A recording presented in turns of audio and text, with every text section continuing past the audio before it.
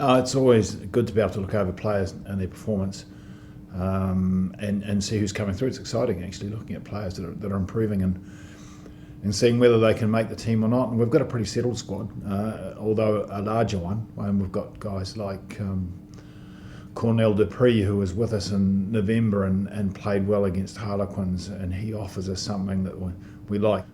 He's very physical and he can do things with the ball that other people can't. So we know that the Six Nations is attritional, and himself and Ben told us sort of strengthen up the depth in the forward pack. We're waiting to see whether WP is going to make it, and then Simon Berghan gets an opportunity. So probably a little bit bigger the squad. A few centres. You'll notice that Hugh Jones is in there. Matt Scott's made his way back in, which means that some players can play several positions. Hugh Jones can play fullback, for example. So gives us a few options with this number of players, and so it's exciting to have those options. Great to see players coming through. Matt Scott's an example. He's been scoring tries and he's been working on things since the autumn. That he was upset that he didn't make the team, which is completely understandable. So I think that breeds that type of desire, competition for spots, and desire to improve. And we like to reward players that do that. So there it is. There's the squad, and doesn't get any harder in the first game against Ireland. And so we kick off with a pretty big challenge. You talked to a few people in the squad there. You mentioned the centres. You've got 5 centres. Does that allow you to play around with the combinations? Is that the plan there, Vern?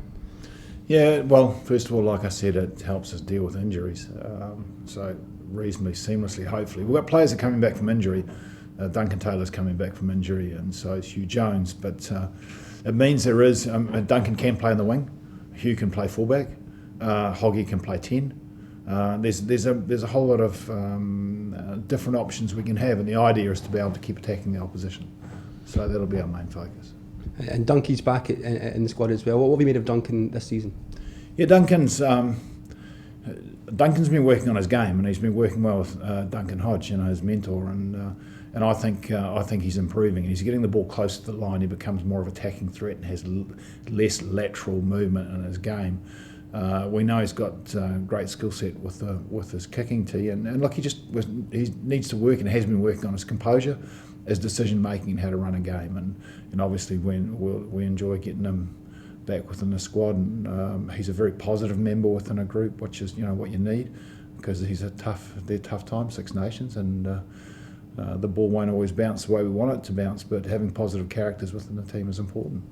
You touched on Ireland earlier on, the first game for us in the RBS Six Nations. What do you expect from that game? I mean, they've obviously had a great run with beating New Zealand and Australia and South Africa next year, but we've also had some good results as well. So what do you make of that game? Ireland obviously right at the top of their game. You don't beat New Zealand if you're not. I mean, it's the first time they've done it in the history. So, I mean, it's a record. Obviously, that will inspire them with a lot of confidence, and they probably don't see us as a big threat. They've got a very big game at the end of the competition, which is against England. Both them and England go into the competition as clear favourites, and we will compete. We aim to win every game we play, but we know that Ireland is right at the top of their game, and will come here with a lot of confidence and try and dominate us on our home paddock. So those are the challenges of the sport at high level. So we'll embrace that, and we'll prepare for it and try and do our best.